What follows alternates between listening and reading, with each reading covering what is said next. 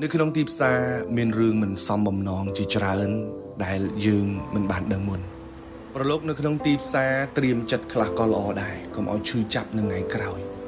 ពាក្យទាំង5ឃ្លានេះអត់មាននៅក្នុងវចនានុក្រមរបស់ទីផ្សារទេ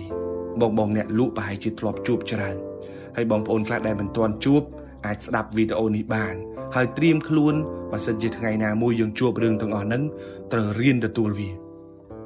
ទី1នៅក្នុងទីផ្សារអត់មានពាក្យទ្រនិងពាក្យលួងលោមទេនៅក្នុងគ្រួសារឪពុកម្ដាយយើងអាចទ្រយើងធ្វើខុសតិចតួចគាត់មិនប្រកាន់សម្ដីលើសលួសខ្វះខាតតិចតួចក៏គាត់មិនថាមិនស្ដីទៅហៅមកជាដើមប៉ុន្តែនៅក្នុងទីផ្សារអត់មានអ្នកណាទ្រយើងទេខុសគឺខុសត្រូវគឺត្រូវភ្ញៀវសម្ដីធំដាក់យើងបានប៉ុន្តែបើយើងសម្ដីធំដាក់ភ្ញៀវវិញអត់បានទេគេចាប់កំហុសយើងគេប្រកាន់យើងគេផុសប្រកាច់ប្រខូចអីយើងចឹងទៅ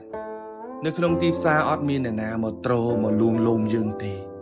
ហើយក៏មិនបាច់ទៅរករឿងឆ្លោះប្រកែកជាមួយនឹងភ្ញៀវអីដែរមិនបាច់ចង់ឈ្នះចាញ់ភ្ញៀវអីទេ